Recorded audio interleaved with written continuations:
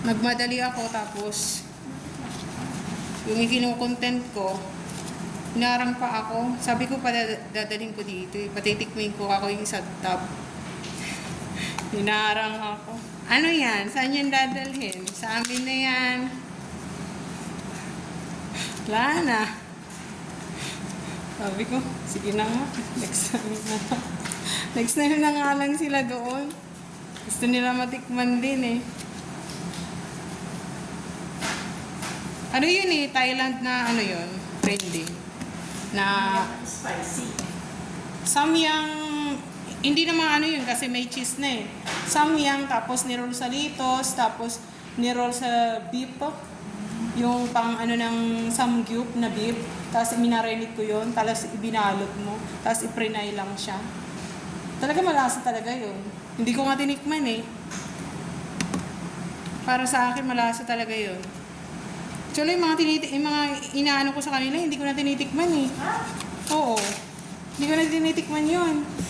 Tansyado ko na yung ano, yung mga ano ba, yung mga ingredients na nilalagay ko.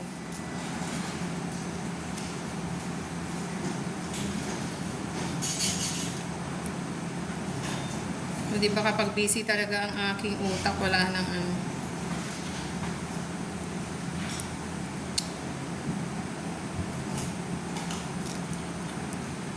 Naabangan nila yung cake eh.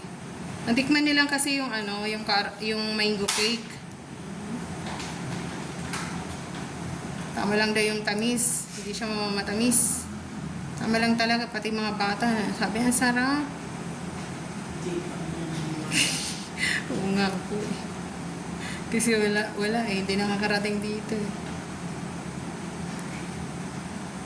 Kaya sabi nga nila, pag nagko-content ka, palagi mo kaming dadalhan.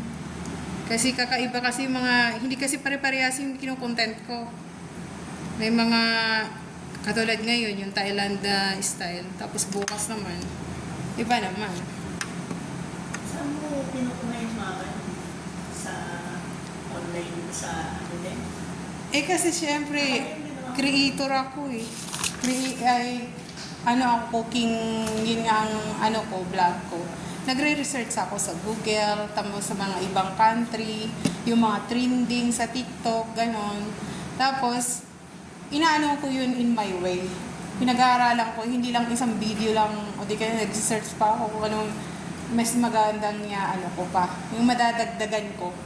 Hindi ko siya ka-copyright na yung kung paano nila gagawin. Magdadagdag ako na sa akin. Kaya hindi naman yung copyright kasi akong gumagawa.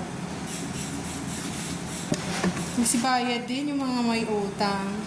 Tubo lang. Sabi ko sa kanila, by June maniningil na ako unti-unti yung mga kapital. Nalaman ko kasi yung iba kasi nangungupahan lang eh. Ang lalaki na yung binigay ko. May 20,000. 10,000 wala akong pinanghihawakan.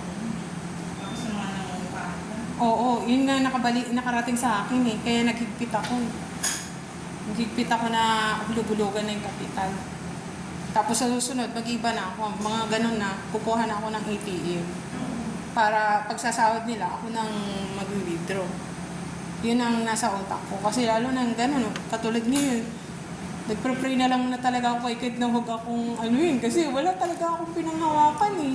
Ang lalaki talaga yung binitawan ko. Halos nawala na nga sa ano ko eh. Talagang pinalabas ko lahat eh. Ay mabuti ngayon, nagtubo-tubo na sila. Tubo lang yun. Yung binayad nila ngayon, tubo lang yun.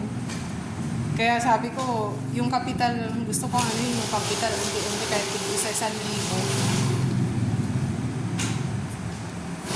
Thank you po. Sa susunod uli. Susunod, sana makarating dito yung aking niluto. Sana parang maniwala kami. Oo, dalawa yun. Tab na yun. Sabi ko, yung may ano dyan, may tindahan dyan sa kanto ng Kaipalong, yung INC dun sa ano. Dyan kasi Tindahan ng isda? Oo, yung katabi. Ano yung galit nila? Kasi KLN. Yung parang dalaga. Dalaga? Yung parang nasa kay Talong yung una. yung pangalaw. Ay, INC yun. Doon kasi ako, kilala ko nun. Kaya hinaharang, sabi niya, akala ko sa akin yan ha, akin na yan. Sabi ko, iwanan na nga kita kasi nagmamadali ako, nagtatakbo na ako, magsasara na ako yung gabay. Dapat ako doon ko yan dadaling kasi ako ipapatikin ko. sila pa. Tapos, kailangan mo na. Nahiya ako. Hinaharang, hinawakan na eh. Susunod na lang yun. Mga busog pa yun. Maloko. Sunod na lang, pag nag-cake ka na lang, gawa ka na lang ng cake. Damihan mo.